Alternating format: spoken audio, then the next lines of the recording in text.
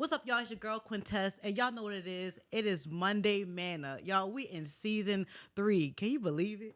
Oh my God. So, just like last season, the Lord led me this season to start it off again with my friends, y'all. And so, to my left, I got my girl Angela Beasley of Angie Be Creative. And then he led me to join in the guys of I Pray Movement. Now, this is some of them. This is not all of them.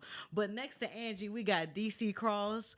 Then we got Ronald Jones. And we got Rico Beasley, y'all. And y'all, when I tell y'all, this ain't nothing but the Lord that brought this conversation to path, man. So y'all ready? Yeah, all right. So we is crazy, last year I was having a conversation with some friends, right? And in a month where we celebrate love, and it's mainly, it's supposed to be love for everybody, Valentine's Day, but mainly the ladies get a lot of love, right? And so, but this month the Lord said, no, I want you to focus in on manly love. Okay, ladies, 1 second before you get out of this live, I need you to stay right put, all right? Stay here, but then I need you to tag a man that you think might want to hear this or need to hear this. And I want you to go ahead and stay tuned and look, drop some ladies in here as well. But go ahead and start tagging people, sharing the live, y'all, because I promise you it's going to be meaty and good. So back to it. I was having a conversation with some friends last year, at a good old Waffle House. Praise God, we love us some Waffle House. And so as we're talking, Ronald brought up that, Ronald brought up that men have been dropped at least once in their life. And I was like, what? He's like, yeah, every man has been dropped at least once in their life. And so we're going to hop right into it because y'all know we timely up in here. So I'm going to go straight to Ronald. So when you said, now you said it at the table, but I want you to elaborate on when you said men have been dropped at least once in their life.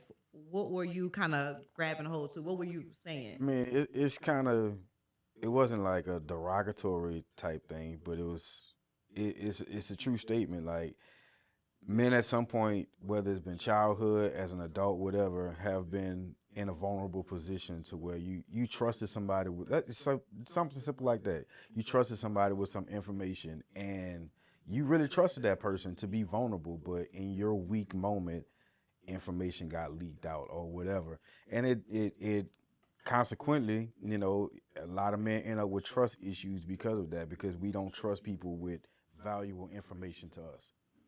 You know what I'm saying? So that's basically it. You know what I'm saying? Yeah, so and I'm gonna go ahead and pull a little bit more because I didn't even think the example that you gave was from a child, like a little boy. Like you was like, and to all the mothers, no love lost, but like your mom, like you say, leaking out some information that you told her in private, you know what I'm saying? And in that moment, that trust issue starts as an 8-year-old boy. You know what I'm saying? You didn't even think that was gonna like mess with you all the days of your life. But a woman is like, let's say you married, you don't realize you're dealing with the pain and the hurt of an 8-year-old boy. Like you wondering what the hell? It's not that big of a problem. All I did was, I just told my girls, you was tripping the other day, and you was like, nah, but that was a private moment, and to her it's nothing, but to you it's everything. So in that moment, it's just like that little brick starts, right? Maybe not a full wall, but that little brick starts, And once that little brick start, then And another little brick. once you damage a man's vulnerability, it's hard to get that back. Sheesh. Once you damage that, and again, no love lost. I love my mama. Trust me. I will go to war for my mama. Mama, if you listening, he love you. You know what I'm saying? But Nah, once that's real though. Once you break that vulnerability from a man's, that's hard. Definitely.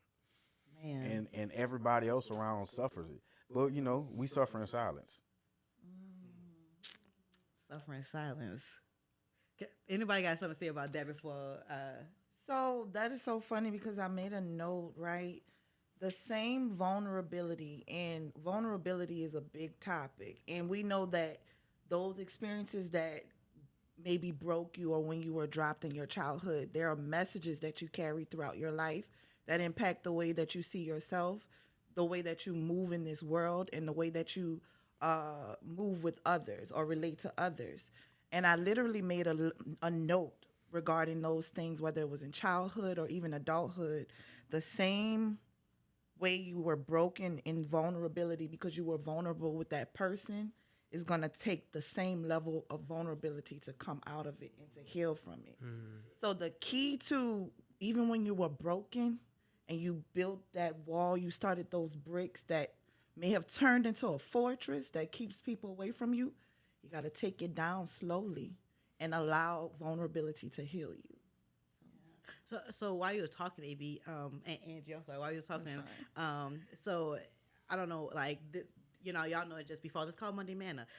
So when you were speaking, I thought about how even Jesus, we think Jesus is such a strong, such a strong man, the things he went through. But even when he rose from the grave, people that have been following him all this time still don't believe it was him. He had to actually show up in the upper room and say, Timothy, look at my hands. Like, he wouldn't, like, you've been following me all this time. I still had to prove myself. Right. Even though I've proven myself, like, throughout, like, Jesus' walk, he kept having to prove himself over and over again, even after he proved himself. And so even somebody who don't have to be vulnerable, I choose to be vulnerable, and Yes. because it's going to get us somewhere. But if I keep just, men and women, I keep putting up this wall, where are we going? We're going nowhere, we're going nowhere. So I love that you said it's a choice. It's a You have to choice. choose. You got, like, legit. So with that being said, going to Rico and DC. So when I presented this topic and invitation to Rico and DC, they both first went to the thought about the revelation about, nah, y'all, I've been practicing saying this, don't judge me. Mephibosheth. Come on. Mephibosheth. Yeah. So they both had the revelation, and so I want them to expound on that revelation, because ain't nobody ever broke it down to me like that before. I was like, okay, let's go. This is gonna be good. So whomever wants to go first, Rico, DC.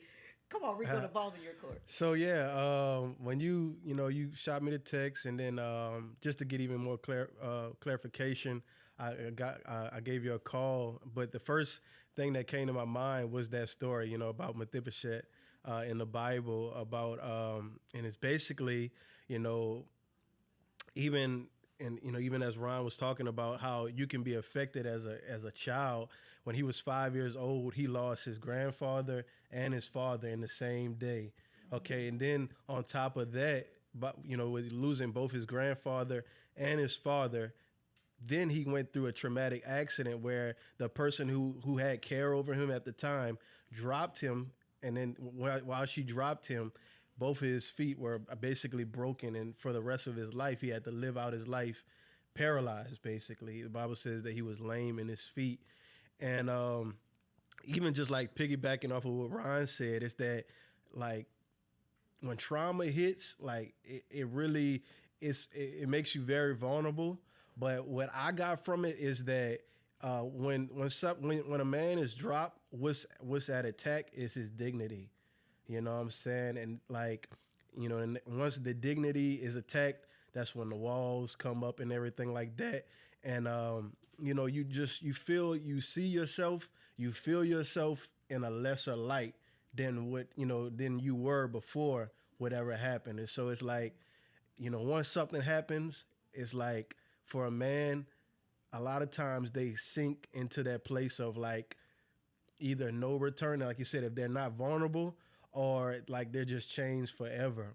And I think, that figure in the Bible, like, that's a perfect example of how, like, trauma, how being dropped, in the sense of, like, life letting you down, trauma happening to you, where it's just like you can't recover from it, D? And again, it's no shade to the women, Yeah, because although a woman dropped him, her intentions right. were good. Her intentions were pure. She was trying to do the best that she could Yeah, with trying to carry him and get out of Dodge from the enemies that were against him. But in her hastiness, she dropped him. What does drop represent? When I've been let down, yeah, when I've been disappointed, when I've been messed over, when somebody who I was trusting to handle me the proper way mishandled me. And a lot of people, it could have been your own decision that caused you to be dropped. It could have been somebody who you were trusting that you should not have dealt with that caused you to get dropped. And so many times we like to point the finger at other people, but a lot of times we put ourselves in some positions that we shouldn't be in. And it caused us to be let down, caused us to be disappointed, caused us to lose our confidence in people because the person who I was trusting to handle me the proper way didn't do what they were supposed to do. So now I'm going through life. Who knew that one fall, Dang. one moment of dropping him would affect him the rest of his life? Yeah. Not only him, but everybody else who he comes in contact with. Yeah. Because the first thing people see is your mess up. Mm. Yikes. They're forced to see the fact that you're not like everybody else. And we wear our wounds like clothes sometimes, and we go around, new opportunities, new chances, but we're dragging the fact that I was dropped. So now everybody I talk to, the first thing I talk about is how they dropped me when I was 5. Or even if you don't say anything about it, it just exudes from your It's character. obvious, yeah. It's obvious, you know what I'm saying? You got a certain demeanor, you know what I'm saying? You don't look approachable, you know what I'm Yeah. saying? You look standoffish, you're disconnected. I could tell, when somebody's going through something like that, everybody else is going to the party, but you're at home, basically. It's that picture, you know what I'm saying? Like, you're on the outside looking in. You want to be on the inside, but because I've been dropped, Yeah. it's like I can't do it, And to piggyback off what DC said, even with sharing the information that you are vulnerable, you were already in the situation before you shared the information. Yeah. You was already there. So again, so we have to take some accountability ourselves for why we're being dropped. You were already in the situation. You just decided to share it. You made a choice. Now that choice did come with some repercussions. It came with some damaging, but we have to take accountability as well, like Angie said too. I love that y'all are saying accountability because, I mean, you men, whenever you were dropped, if you were dropped in your childhood or adulthood, it's different when you are a child. Like you don't have control over certain things. Yeah. But if you keep putting yourself in situations to part. be Yeah. dropped Yeah. over and over That again, part. then you have to take a look and say, what's up with me? Am I attracting people who will drop me per se? Yeah. Am I presenting myself to, hello, my name is Drop Me, droppable. Because I've been you've dropped. placed value on your issue. That's a line. You've placed value on your issue. That has become it's almost like you got that cousin and you don't really know his name, but you know him by his issue. You're like, oh, that's little peanut. Right. That's little such and such. You know what I'm saying? You've placed value on your issue. Little peanut. Look crackhead. Oh no, look, crackhead. You're not that no more. You can see. But it's crazy because it's easier for people to be sensitive to a dropped child than to see you as a grown man and you still acting like that That dropped child. child. Right. They'll handle more. They're more sensitive to the fact that, oh, he was dropped as a child, but now you're a grown man and you still operating in that same vein. Come on, man. But nobody takes the time to investigate the fact of why I act Why? like this. Yeah. Because Nobody that's goes the only back time to my it. issue gets attention. Right, when I act like that. Right. Yeah. Dang. Jeez. So, and when I was talking to Rico, and that's so crazy how, again, before you even get to know why I'm here, you already identifying me by my problem. You don't, so, and I know a lot of people, y'all don't like when I say this, but that perception is reality kills Yeah. me. It really kills me. And I know some people like, no, but you don't understand. I completely understand the phrase. But when you fail to do the research, when you fail to find the truth, it becomes you make it your reality opposed to find out why is this happening? Why is this person like this? You allow your perception to become life. And that's not fair. Right.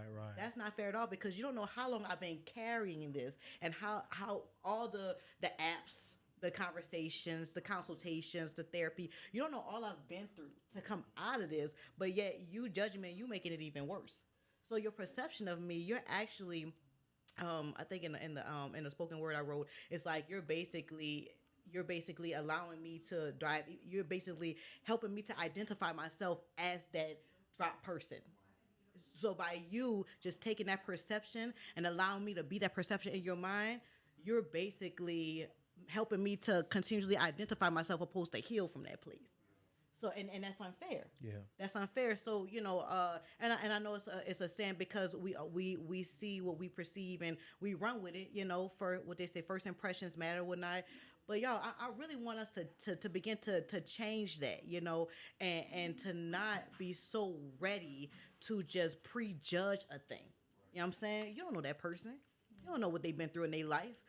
Therapy is real, but still there is a process in therapy because once you get down to the root, then you gotta dig in that root and you gotta heal from that rooted place. It's a process, and so you don't know where a person is in that. You don't know where a person is in that process, and if you just start cutting off stuff that's a part of the healing process, then you making matters worse, and then you get dragging from in the same way.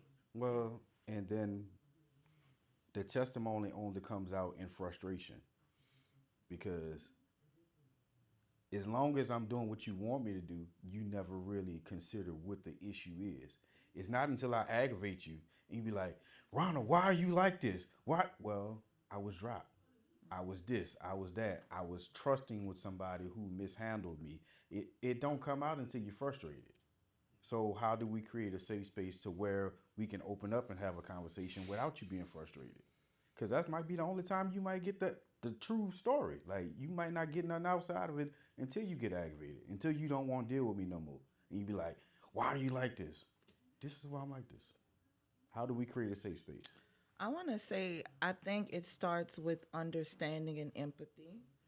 You have to have those places and safe spaces where you can open up and share things, but it also takes the ability to discern, is this a safe place or space for me to open up or share? Can I share my dropped story and can this person handle it? And also, you know, again, it goes back to that vulnerability, but doing it in wisdom. Okay, y'all, let's pray over this segment. Dear God, we thank you for your spirit, dear God. We thank you for this moment, dear God. We thank you for every man, woman who's watching this podcast, dear God. We thank you for continuing to guide us, dear God. We thank you for continuing to be a pen writing our story, dear God. We're just empty pages, dear God, just waiting for you to write the next chapter, dear God. And we trust you to do that, dear God. We trust you to just dwell in our lives. We just trust you, God. We love you. We give you glory. We give you honor. We give you praise.